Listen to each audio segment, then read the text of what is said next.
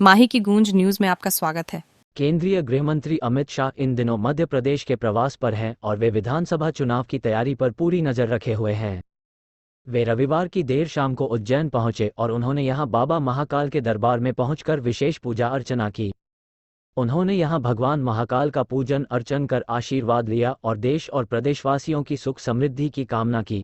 इस अवसर पर प्रदेश अध्यक्ष विष्णुदत्त शर्मा उपस्थित थे। इसके बाद शाह सभा स्थल पहुंचे, जहां उन्होंने सभा को संबोधित कर कांग्रेस पार्टी पर निशाना साधते हुए कहा कि कांग्रेस ने देश में 70 सालों में कोई भी विकास कार्य नहीं किए। जब से मोदी जी की सरकार बनी है, जब से देश उन्नति की ओर अग्रसर है। सुनिए और क्या कहा गृह मंत्री अमित शाह ने।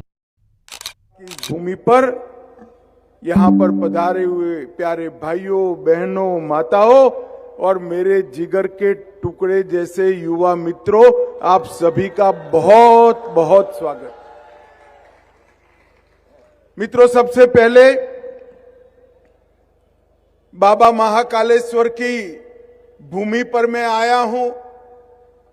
मैं यहां से सीधा बाबा के दर्शन के लिए जाने वाला हूं, मगर मेरी बोलने की शुरुआत बाबा को शीश झुकाकर मैं करना चाहता हूं। मित्रों, ये पावन नगरी भारत भर के सभी लोगों के लिए आस्था का केंद्र है।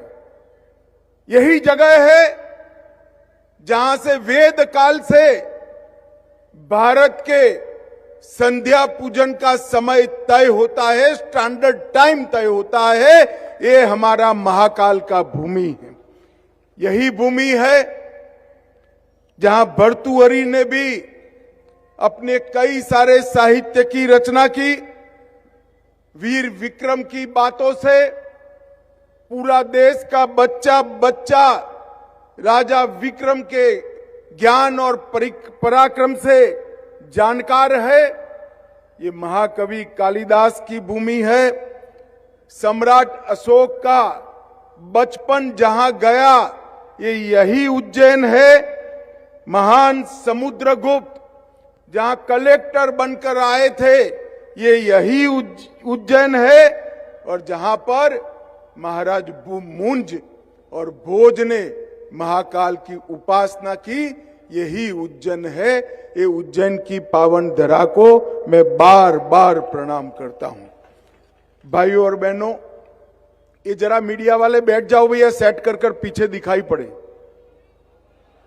जरा बैठ जाइए जरा प्लीज। मैं यहीं खड़ा रहकर बोलने वाला हूं, आप बैठ जाइए नीचे। अरे यार, युवा आदमी हूं मैं, आज भी गिरूंगा नहीं, काहे को तुम चिंता कर रहे हो। कोई शॉट नहीं मिलने वाला है, बैठ जाओ। ओ बड़े बाल वाले भाई साहब, सुनते हो ना आप। मित्रों, आने वाले दिनों में मध्य प्रदेश की करोड़ों की जनता ने अपना मत प्रकट करना है। मैं आज जब उज्जैन की धरा पर आया हूं, तब मैं आप सभी को कहने आया हूं कि आप किसी एमएलए को चुनने के लिए मत दीजिए।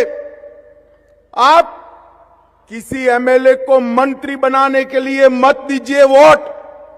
आप किसी को मुख्यमंत्री बनाने के लिए भी वोट मत दीजिए। ये बात याद रखिएगा, आपका एक वोट आने वाले दिनों में मध्य प्रदेश और भारत का भविष्य तय करने वाला वोट है। इस तरह से वोट, क्योंकि आपके सामने दो ही विकल्प। एक विकल्प है कांग्रेस पार्टी, जिसने इस मध्य प्रदेश को बंटाधार प्रदेश बनाकर छोड़ा था, जिसने इस मध्य प्रदेश को बीमारू राज्य बनाकर छोड़ा था। और दूसरी ओर है मोदी जी के नेतृत्व में भारतीय जनता पार्टी, जिसने 18 साल में मध्य प्रदेश के कोने कोने में विकास करने का काम किया है। मध्य प्रदेश को दिन दूनी रात चौगुनी आगे बढ़ा है। माताओं, भाइयों, बहनों, मैं पड़ोस से ही राज्य से आता हूं। बचपन से महाकाल के दर्शन करने आता था। ये बंटाधार दिग्विजय जी का राज था।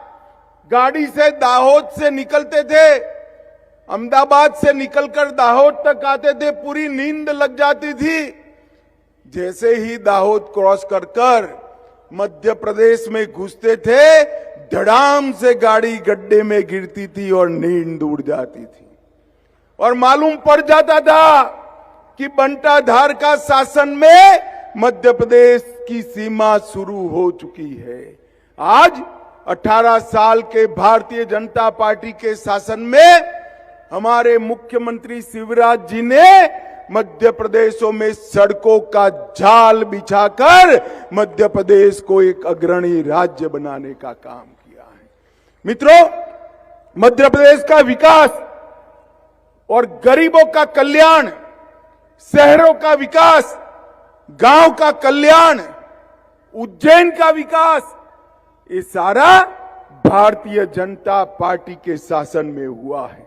मैं आज आपको बताने आया हूं, 2002 में कांग्रेस पार्टी ने जब सरकार छोड़ी तब मध्य प्रदेश का बजट 23,000 करोड़ रुपए था। सिर्फ 23,000 करोड़ रुपया। कितना था जरा जोर से बोलो भाई, और जोर से बोलो।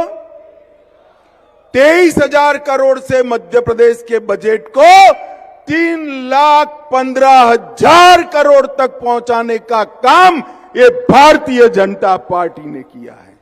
शिक्षा के बजट को 2456 करोड़ से 38,000 करोड़ पहुंचाया।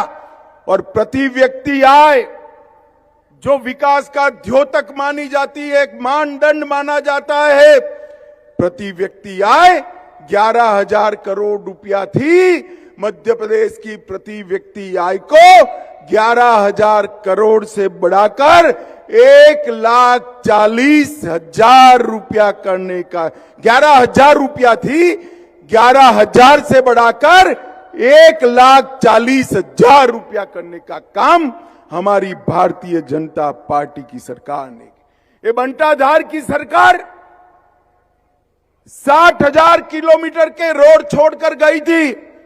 आज मध्य प्रदेश में 5,10,000 किलोमीटर रोड बनाने का काम ये भारतीय जनता पार्टी की सरकार ने किया है। और एमएसपी पर गेहूं की खरीदी, अभी कमलनाथ का मैं भाषण सुनता था, किसानों की बात कर रहे थे। अरे कमलनाथ, जरा शर्म करो, शर्म। अपने गिरेबान में झांको। आपके समय में 4,40,000 टन गेहूं खरीदा जाता था, सिर्फ 4,40,000 टन। हमारे समय में अब 71 लाख मैट्रिक टन गेहूं किसानों का एमएसपी पर खरीदने का काम होता है। मित्रों, युवाओं के लिए मेडिकल सीटें ये 620 छोड़कर गए थे, हमने 4,000 तक पहुंचाई। आईटीआई की संख्या 159 से 1,014 तक पहुंचाई। और पर्यटक, क्योंकि कानून और व्यवस्था की धज्जियां उन्होंने उड़ा कर रखी थी, पर्यटक पहले 64 लाख आते थे, इसकी जगह मध्य प्रदेश में 64 लाख से बढ़कर 9 करोड़ पर्यटक अब भारतीय जनता पार्टी के शासन में आते हैं। मित्रों, ये बताता है कि भारतीय जनता पार्टी ने विकास को कितना महत्व दिया है। और मित्रों, मोदी जी ने ढेर सारे विकास के काम किए हैं, मैं बाद में बताता हूं। परंतु एक बात याद रखना भैया, आपका वोट, जैसा मैंने कहा, ऐसे सिर्फ मध्य प्रदेश का एक एमएलए का चुनाव नहीं करेगा। आपका वोट मध्य प्रदेश और भारत का भविष्य तय करने वाला वोट है। ये 9 साल के अंदर मोदी जी ने इस देश के अंदर भारी परिवर्तन करने का काम किया है। मुझे बताओ उज्जैन वालों, ये कश्मीर जो है हमारा है या नहीं है? जोर से बोलो, अंत तक हमारा है या नहीं है? धारा 370 हटनी चाहिए या नहीं हटनी चाहिए? एक कांग्रेस पार्टी, कमलनाथ और बंटाधार की पार्टी 70 साल से धारा 370 को हटाती नहीं थी। 2019 में आपने मोदी जी की झोली कमल से भर दी। मोदी जी फिर से प्रधानमंत्री बने और एक दिन सुबह 5 अगस्त 2019 को धारा 370 को संसद में समाप्त करने का काम कर। और उस वक्त एक कांग्रेसी ये राहुल बाबा क्या कहते थे? मत हटाइए, मत हटाइए, धारा 370 हटाओगे तो कश्मीर में खून की नदियां बह जाएगी।